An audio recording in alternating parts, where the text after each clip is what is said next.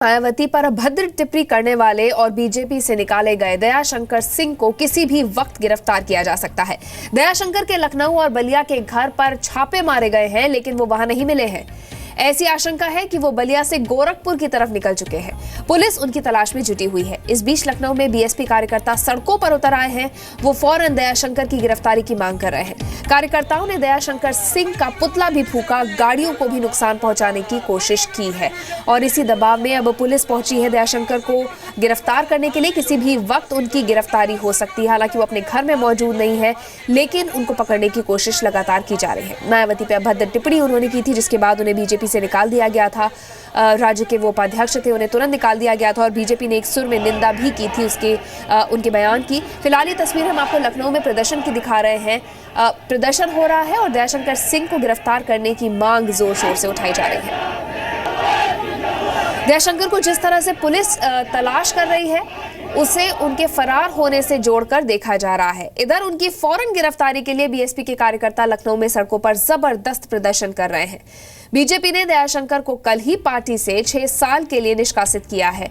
दयाशंकर ने भी माफी मांग ली है, लेकिन बीएसपी कह रही है कि उनकी गिरफ्तारी जरूरी है। तो दयाशंकर सिंह पर एफआईआर दर्ज हो चुकी है। आईपीसी की किन धाराओं के तहत दयाशंकर सिंह पर केस दर्ज हुआ है और उन्हें क्या सजा हो सकती है, ये हम आपको बताते हैं। आईपीसी की धारा 509 के तहत केस दर्ज हुआ है, जिसमें किसी महिला पर अश्लील टिप्पणी करने के लिए 1 साल की सजा या जुर्माना या फिर सजा और जुर्माना दोनों हो सकते हैं। साथ ही दयाशंकर सिंह के खिलाफ आईपीसी की धारा 509 में भी केस दर्ज हुआ है और जिसमें कि जानबूझकर किसी की बेइज्जती करना या फिर शांति भंग करने की मंशा के तहत 2 साल की सजा या फिर जुर्माना या फिर दोनों हो सकते हैं। इसके अलावा SC/ST एक्ट के तहत भी केस दर्ज हुआ है, जिसके तहत SC/ST के किसी सदस्य को जानबूझकर अपमानित करने के मामले में 6 महीने से लेकर 5 साल तक की सजा या जुर्माना या फिर दोनों हो सकते हैं। आपको बीएसपी के प्रदर्शन की 2 तस्वीरें अब हम दिखाते हैं। सड़कों पर हजारों कार्यकर्ता इकट्ठा हुए हैं, नारेबाजी हो रही है। ये तस्वीर लखनऊ के हजरतगंज चौराहे की है, जहां पे बीएसपी के कार्यकर्ता इकट्ठा हुए हैं। तो देख लीजिए किस तरह से विरोध प्रदर्शन हो रहा है और दूसरी तरफ पुतला फूंका जा रहा है दयाशंकर सिंह का, ये भी आप तस्वीर में देख सकते हैं।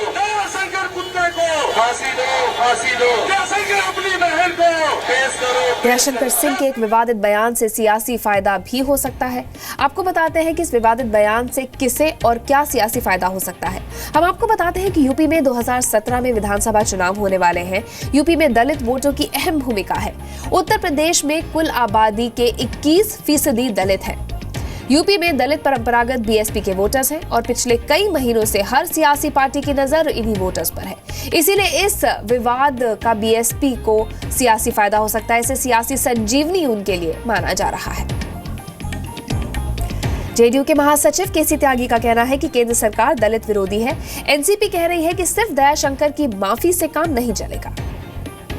दयाशंकर के पार्टी से निकालने का नहीं, दलित मानसिकता का है।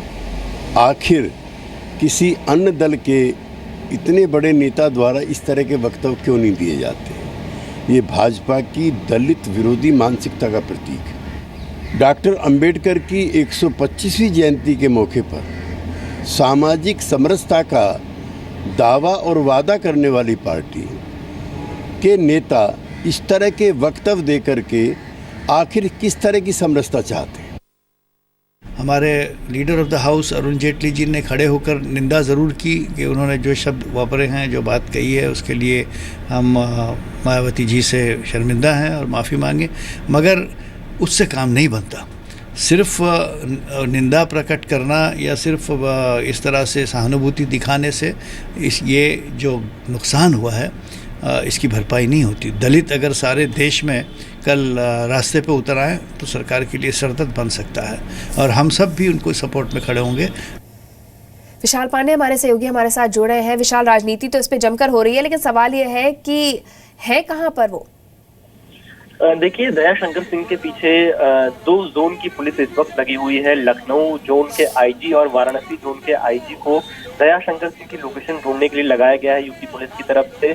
और अभी हमें जो सूत्रों के हवाले से खबर मिल रही है कि उनका फोन कल रात से ही बंद है। कल मऊ में प्रेस कॉन्फ्रेंस करने के बाद जहां पर उन्होंने बीएसपी अध्यक्ष मायावती के खिलाफ अपशब्दों का प्रयोग किया था, उसके बाद वो बलिया गए थे, जो कि उनका गृह जनपद माना जाता है। और बलिया के बाद से उनकी लोकेशन अभी तक किसी को नहीं मिल पाई है कि आखिर दयाशंकर सिंह कहां पर है।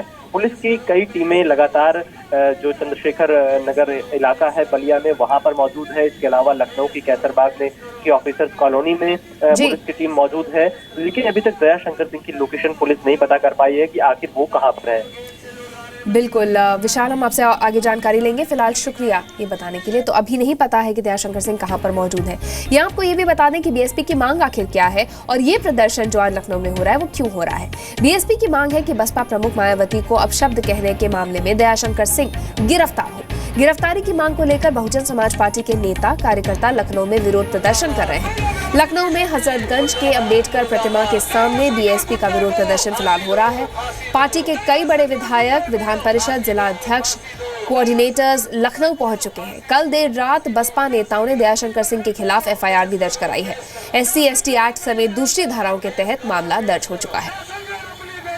और यूपी बीजेपी के अध्यक्ष केशव प्रसाद मौर्य का ये कहना है कि दयाशंकर सिंह को पार्टी ने 6 साल के लिए निकाल दिया है और अब बीएसपी इसे मुद्दा न बनाए।